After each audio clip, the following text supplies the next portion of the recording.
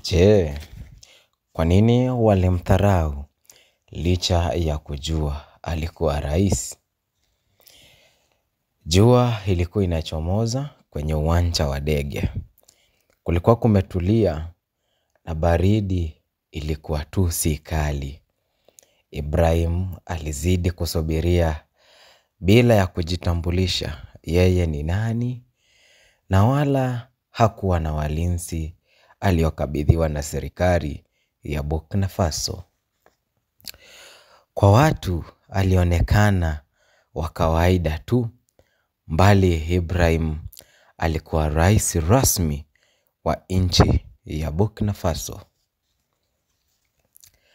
Na hivyo aliamua kusafiri kwa utulivu bila wapiga picha na viongozi wengine serikalini. Alisalimu mfanyikazi mmoja pale kwenye uwanja wa ndege kwa lugha ya kwao, na kutabasamu bila ya kujua aliyemsalimu ni nani. Kwa mwonekano wake aliokuwa nao tu, alidhihirika kama mtu wa kawaida. Na hivyo ndivyo Ibrahim alitaka maisha yake yakuwe. Alitamani sana kukaa kwa utulivu, alitamani sana kuonekana kwa mwonekano wa kawaida tu. Zidi kusonga, ndivyo harakati za kusafiri zilikuwa zinaendelea kufanyika. Pale kwenye uwanja wa ndege uchunguzi ulianza rasmi. Kwa jinsi tunavyojua, huwezi safiri kwenda nchi nyingine kwa uwanja wa ndege na ukose kufanyiwa uchunguzi. Hivyo basi, kama ilivyokuwa desturi pale, uchunguzi ulizidi hadi pale ambapo Ibrahim alifikiwa ili kufanyiwa uchunguzi. Wafanyikazi wa pale, akiwa meneja mkuu kwenye pale uwanja wa ndege, walimfanyia sechi na hawakujua dhidi ya nani haswa walikuwa wanamfanyia uchunguzi.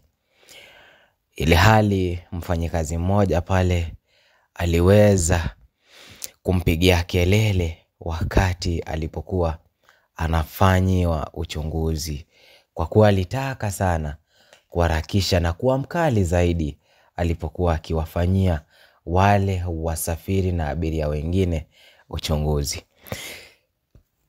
Hivyo basi, baada ya uchunguzi, ndege lilianza safari. Na walipofika kwenye kituo walichokuwa wanaabiria kusafiri, hivyo basi wakuu wa serikali walikuwa wanamsubiri bwana Ibrahim. Na ndege lilipotua walipiga saluti namna Ibrahim alipotoka kwenye lile ndege.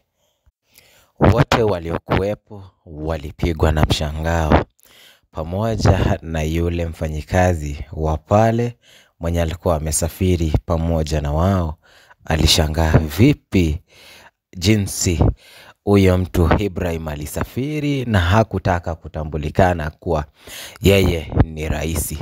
Hivyo basi ule mfanyikazi aliitwa na kusimamishwa kazi na kuambiwa kwa jinsi alivyomwonyesha madharau rais Ibrahim, hivyo basi atashtakiwa kwa makosa ya kuwa mjeuri anapowafanyia watu sechi pale airport.